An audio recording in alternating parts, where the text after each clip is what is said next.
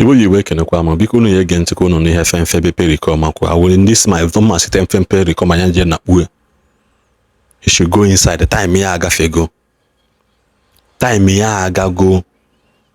In medukwa na ụmụazị tonight that we can live and can uphold the legacy of their father.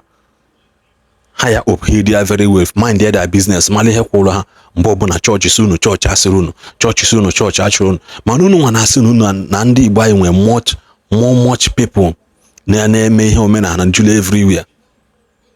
Onwere ihe gbasara gị n'ime ihe anụnwa mere nkịta. Onwe gbasa onwe kpọọ ga afa. Ihe abụ ụmụ nwanne na-enwe problem. This okwu Akachaam na Mbaka na ndị Fenfe Ụba ha na ndị ihe na-ewe I see it as ụmụ nwanne na-enwe problem. That is everywhere. Unu putu na just no na amaki ọnụ n'ihe na-gbasara unu. Fenfe Pericoma ife edigo, you should just go back and rest. Je bulu ofo nna gị mewe amesiwe ike and focus, the very focus n'ihe na-eme. Egwu nwana na-aga egotaro mgbe ma na amataro ihe nwa na ibe gị na-eme omenala emete nwoho nke iji aka aka even tell si gị okay this is ebe mpa gị kwụsị ngeke na ihe ime nweta ebe mpa gị kwụsị because mpa gị bụ odogwu egwu nwa na mpa gị egotaro isoro ụmụazị kirikiri ụmụazị Ejike Mbaka ha uri nsị ha pipichepe kirikiri ụmụazị kwesịrị na-enejere gị anya as a living legend isoro ha na-aghatika aka na street. Isuru ha na-epitọsị na-ayitasị aka na street ihe ikwesị ịnọ a na-achọta gị achọta n'obi gị ịnọrọ nọpụ as nna that represent something to show that ibu ọfọ nna gị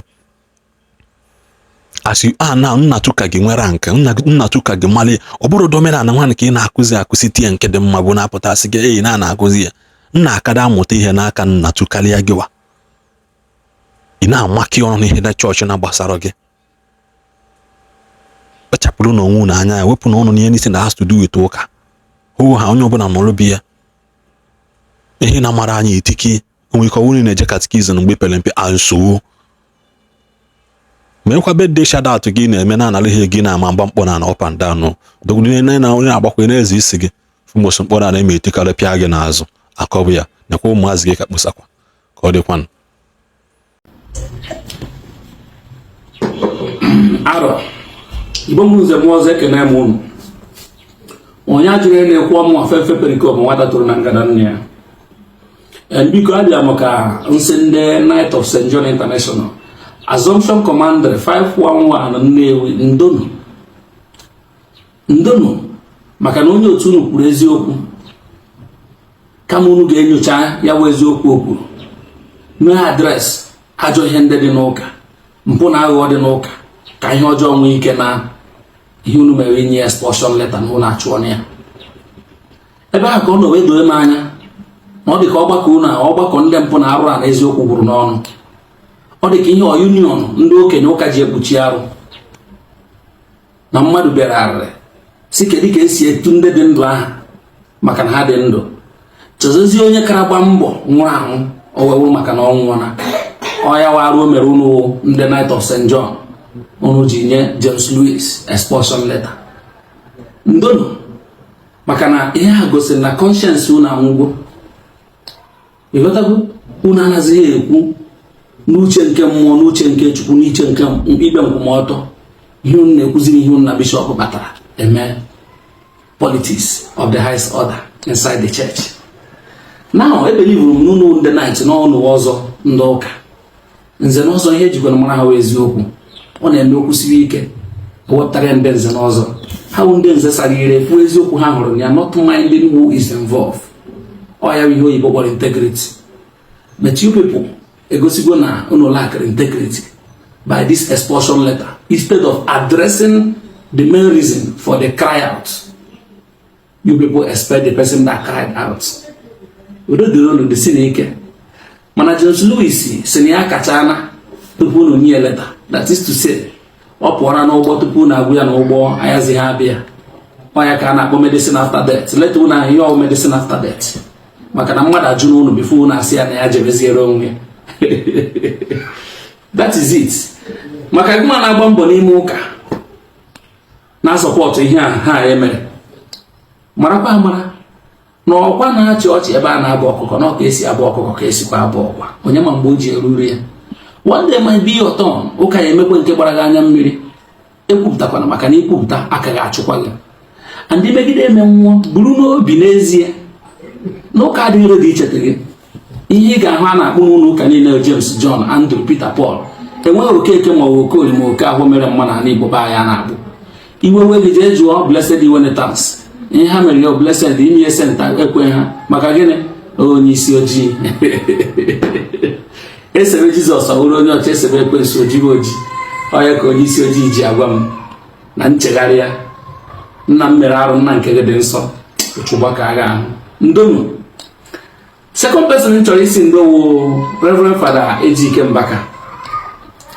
Father Ejike Mbaka, kamgbe ị hapụrụ your calling of ministration by into politics, you lose your integrity, lose your focus. A man like you, whom I respect so much, back then as a seminarian, Chara ka James Louis Akachaam, na mbụ onye dị ndụ gbara wee tupu ọnwụọ na recognize ya na echefuru nke ahụ ụrụzie sọsọ nke ndị dị ndụ ka echetara ihe gbara ya bịa tender apology to God. Ya tender apology na okwuru eziokwu.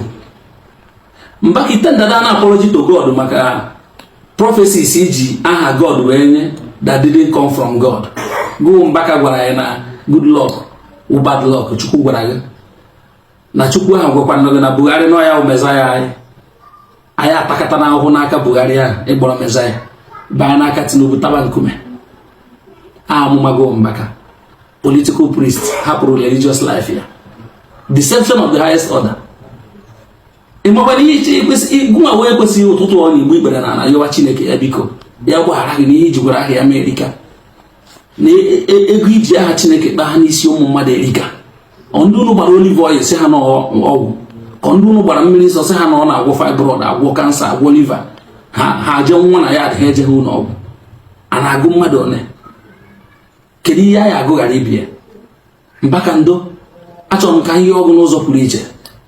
Leave sentiment, leave politics and focus on your religious life. Ọ ya aka bara gị uru, ọ ya aka nye gị ugwu, ọ ya aka kpọghachitekwe gị na adịmasọ nke mmụọ nsọ karịa politics ụka anyị bara. The same ụka anyị na-edefend anyụkwa anaghị anya.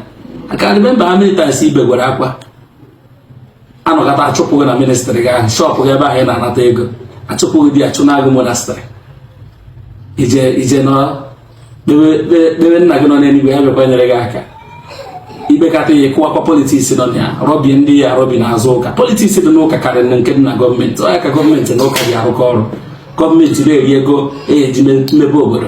Ndị ụka na-agwa unu chere na Chineke ya emepere unu ya na ọgwụ gọọmenti. They are working together, and that's why you see all these politicians investing in the church, because they will be flogging you as politicians and the church will be consoling you. Ha na-abụ na arụkọ ọnụ mana ndonu James Louis si na ihe kacha mụ Fenfe Pericoma o tekata na nkacha kamgbe esi seminarị ahụrụ m ike dị ochi n'elu ihe ọ na-etegbu m nkacha kwuo.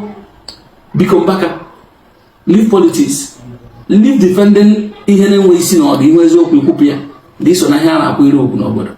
Isokwa m na ebubo ụka agbanyeghị na ewu onye isi ụka. Udo dịrị gị. Asịkọrọ na m agwa gị ntị ọ dịkwa